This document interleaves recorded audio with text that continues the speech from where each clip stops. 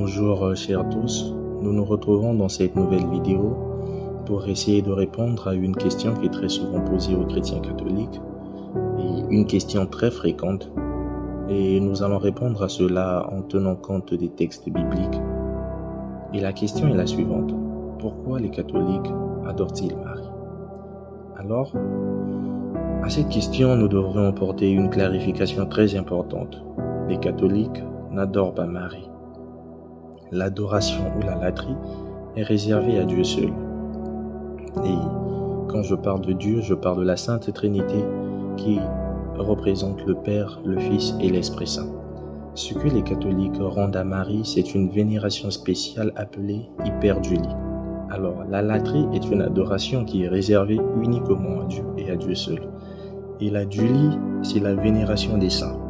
Et puis nous avons l'hyperdulie qui est la vénération supérieure uniquement pour Marie. Donc, Marie n'est pas adorée, mais honorée comme la plus grande des créatures. Pourquoi cette vénération spéciale? À cause de sa maternité divine. Marie est la Théotokos. La Théotokos signifie la mère de Dieu.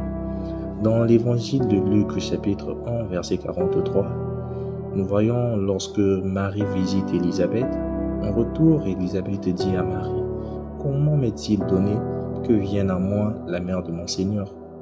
L'Église a confirmé ce titre de la Théotokos, donc de la mère de Dieu, au Concile d'Éphèse.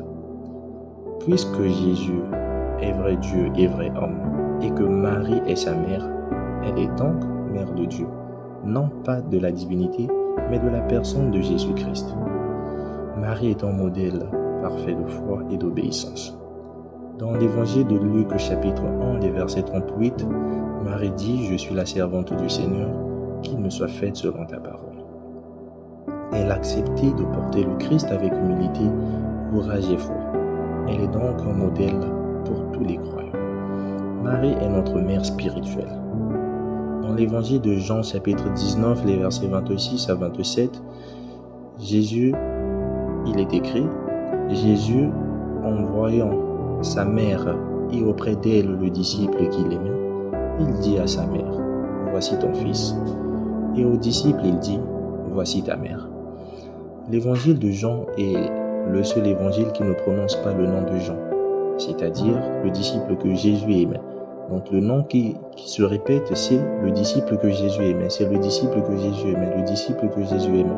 Or, le disciple que Jésus aimait nous représente tous. Voilà pourquoi dans l'évangile de Jean, le nom du disciple que Jésus aimait n'est pas prononcé.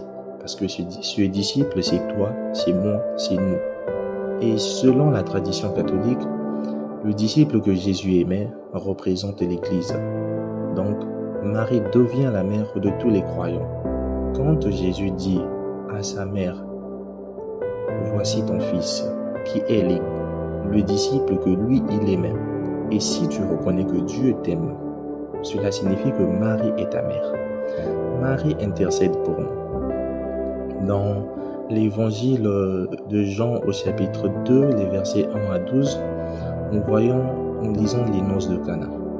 Et c'est là que Jésus commence avec son ministère.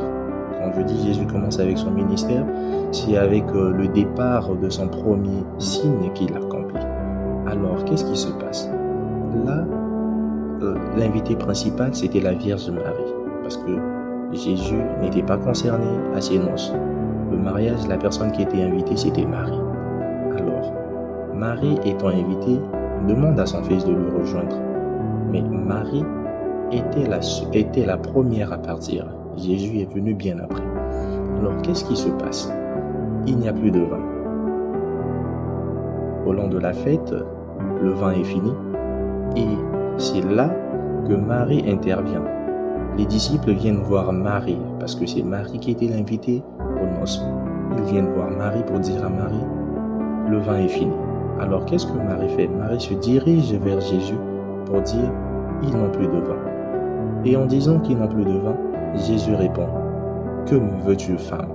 Mon heure n'est pas encore venue. » Mais Marie, avec sa foi, elle s'est retournée auprès des disciples et a dit: « Faites tout ce qu'il vous dira. » Et ce geste montre son rôle d'intercession.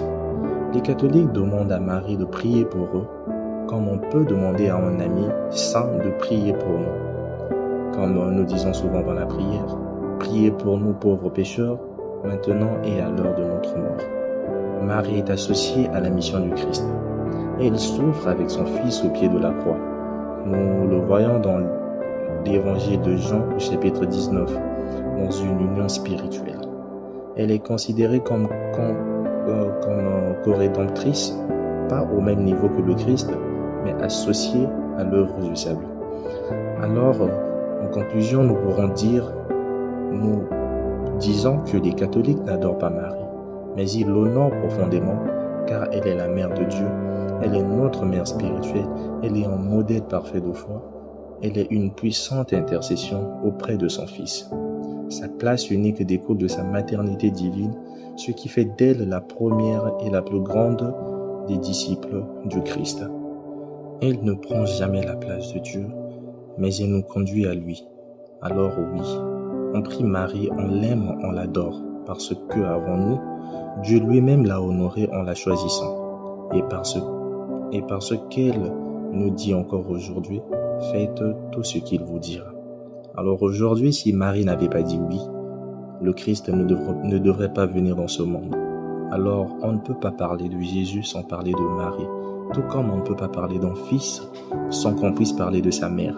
Parce que c'est sa mère qui donne naissance, c'est sa mère qui porte cet enfant pendant 9 mois dans son ventre, et c'est cette mère qui allait, et c'est cette mère qui aussi gouverne les premiers pas de cet enfant. Alors, nous ne devrons pas dire que nous adorons Marie, mais nous l'honorons. Ce que nous faisons, c'est de l'hyper du lit. Merci d'avoir suivi cette vidéo et que Dieu vous bénisse.